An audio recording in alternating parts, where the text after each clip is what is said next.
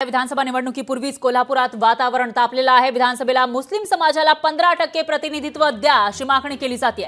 सेक्युलरवादी मुस्लिम फ्रंटनं पत्रातून मावियाकडे ही मागणी केलेली आहे, तर मावियाने त्यांना पत्र पाठवून प्रतिनिधित्व देण्याची मागणी करण्यात आली आहे। कोल्हापुरातून सेक्युलरवादी मुस्लिम फ्रंटचा महाराष्ट्र यात्रा सुद्धा सुरू केलेली आहे, त्यामुळे आता मुस्लिम फ्रंटची ही मागणी मान्य होणार का ते बघावं लागेल। मुस्लिम समाजाचा संबंध महाराष्ट्रावर एक सूर आहे आणि ही समाज म्हणून आता महाराष्ट्राच्या राजकीय पटलावरती आम्ही घेऊन येतोय की मुस्लिम समाजाला किमान 15% उमेदवारी येणाऱ्या विधानसभेमध्ये द्यावी।